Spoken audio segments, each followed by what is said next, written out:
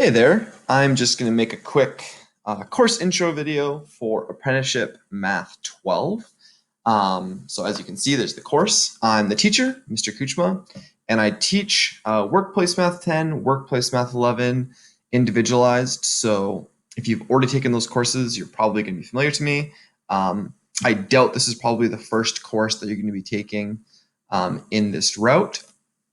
This is actually a really, really great course. I want to start off by saying that with the new curriculum, they really, I really like the new Workplace Math 10, Workplace Math 11, and Apprenticeship Math 12 course. Actually open up the document for the curriculum in mathematics. I'm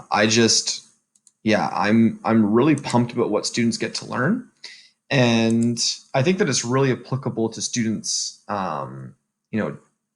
just everything in life. So if you look on the side, these are the topics that get covered. And so what it ends up breaking down to is about, I think it's 5 chapters, if I'm not mistaken. Yeah.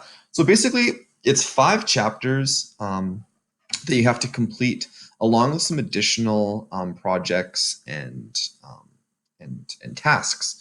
So this course requires 2 separate workbooks. One is the MathWorks 12 workbook, and the other is the MathWork 11 workbook.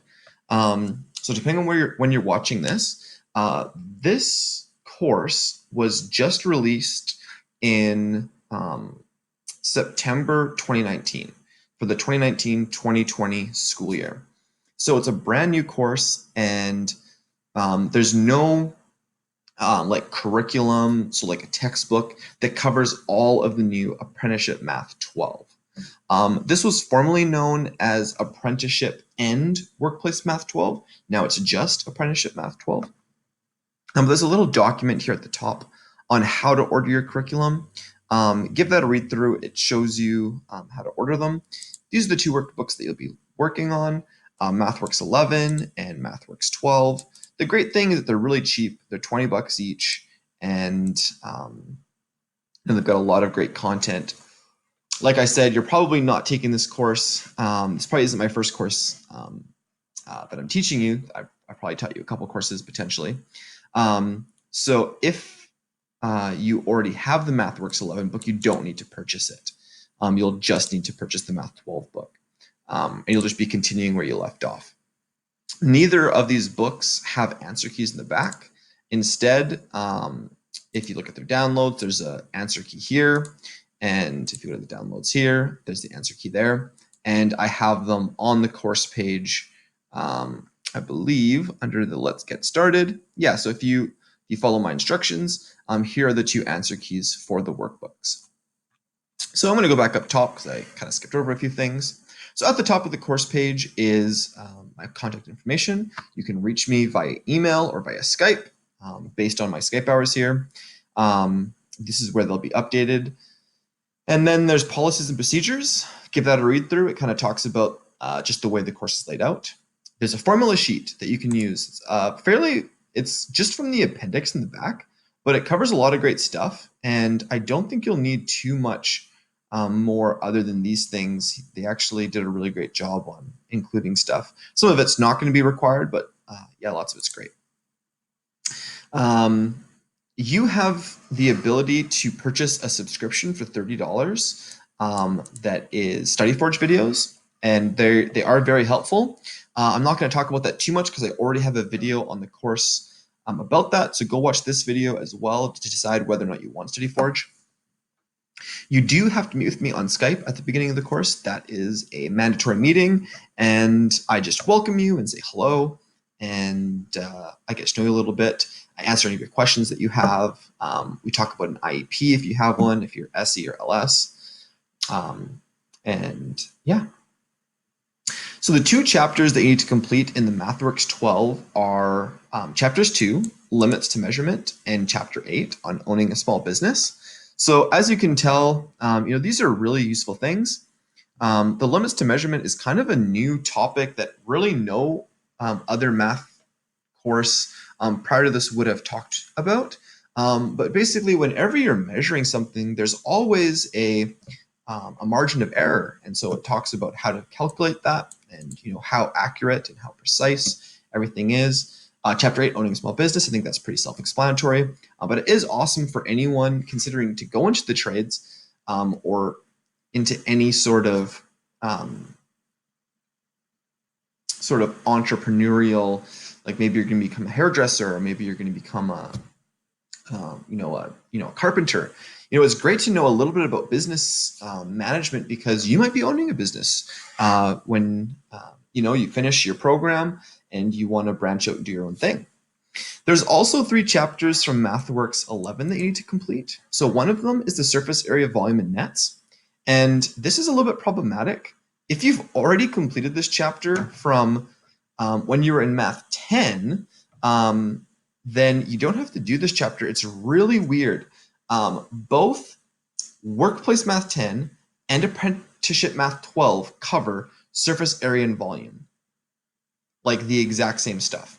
So I'm not exactly sure why that is, but if you took Workplace Math 10 and you completed this course, and you completed this chapter in MathWorks 11, then awesome, you already have one course or one chapter complete. But then you also need to complete trigonometry in chapter 4 and scale representations in chapter 5. Again, depending on what course you took in the past, some of these may already be done, and we can talk about that. There's some help videos that I've made on PDFs, so if you want some help with that, check that out. And then this is basically the guide for how to get started in the course. So I'm not going to take a huge amount of time to go over this. You can read through it because, like I said, I'm pretty sure most of you are going to be familiar with my course and the way I run everything. But basically, you're going to be reading through the MathWorks book, and what there's going to be is examples, and it's going to teach some sort of concept. And then after that, there's going to be build your skill questions. And the build your skill questions are designed to